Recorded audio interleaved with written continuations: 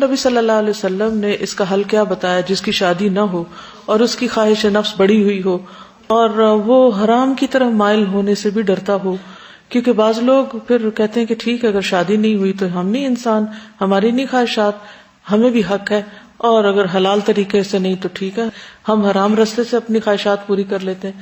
ایسے لوگوں کو کیا حل بتایا گیا؟ روزہ. تو ہر شخص اپنے بارے میں خوب جانتا ہے. کچھ چیزیں ایسی ہیں جو آپ کسی سے ذکر بھی نہیں کر سکتے کہ آپ کے اندر کیا طوفان مچا ہوا ہے. نہ آپ اپنی ماں کو بتا سکتے، نہ کسی دوست کو، نہ کسی کو بھی ذکر نہیں کر سکتے. ایک نیچرل چیز ہے نا، اللہ نے اندر رکھ دی ہے تو وہ سر اٹھائے گی. تو اس صورت میں پھر اس کا کیا حل یہ ہے کہ ہم ہر ایک سے انتقام لیتے رہیں، ماں باپ کے ساتھ بدتمیزی کریں کہ وہ شادی کیوں نہیں کر رہے، یا لوگوں کو برا بھلا کہیں کہ جو آ کے رشتہ دیکھ کے چلے جاتے ہیں اور کوئی فیصلہ نہیں کرتے. کس کو بلیم کریں؟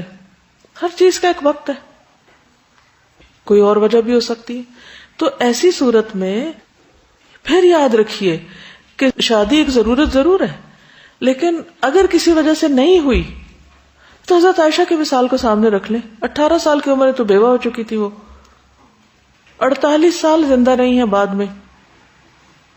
کتنی پروڈکٹیو لائف گزاری ہے انہوں نے، 2000 سے زائد احادیث روایت کی، کتنی علم کی خدمت کی ہے. اسی طرح اور بھی بہت سی خواتین ایسی. امام شافعی کی والدہ کو دیکھیں، وہ بہت ینگ ایج میں، امام شافعی بہت چھوٹے تھے، وہ بیوہ ہو گئی. اسی طرح بہت سی اور خواتین کا ذکر ملتا ہے کہ جنہوں نے سنگل ہینڈڈ بچے پالے اور بہترین عالم اور بڑے بڑے سائنٹسٹ بن کے نکلے وہ. اسی طرح بعض اوقات ہسبینڈ کوآپریٹو نہیں ہوتا. تو ایسے مسائل میں بھی الجھ کر انسان کو اپنے آپ کو ضائع نہیں کرنا چاہیے. کسی بھی چیز کی کمی کی وجہ سے نہ اللہ سے ناراض ہونا ہے اور نہ بندوں سے. ان جسمانی مسائل کا یا شہوانی مسائل کا حل تو روزہ ہے. نبی صلی اللہ علیہ وسلم نے کیا فرمایا تھا کہ اے نوجوانوں کی جماعت، تم میں سے جو شادی کی استطاعت رکھتا ہے اس کو چاہیے کہ شادی کر لے، اس لیے کہ وہ نگاہوں کو نیچا رکھنے اور شرمگاہ کی حفاظت کرنے میں بہت معاون ہے.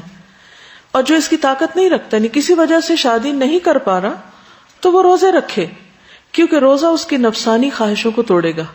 جب وہ خواہش ٹوٹے گی تو پھر آپ اپنے آپ کے چنگل سے آزاد ہوں گے اور کوئی بہتر کام کر سکیں گے. اور اس کے ساتھ ساتھ یہ بھی دیکھیں کہ آپ کیا پڑھ رہے ہیں، کیا دیکھ رہے ہیں، کیا آپ کی سوچیں ہیں، کیا آپ کی دلچسپیاں ہیں، کس ماحول میں آپ رہتے ہیں، کیونکہ انسان اپنے دوستوں کی صحبت سے ہی پہچانا جاتا ہے.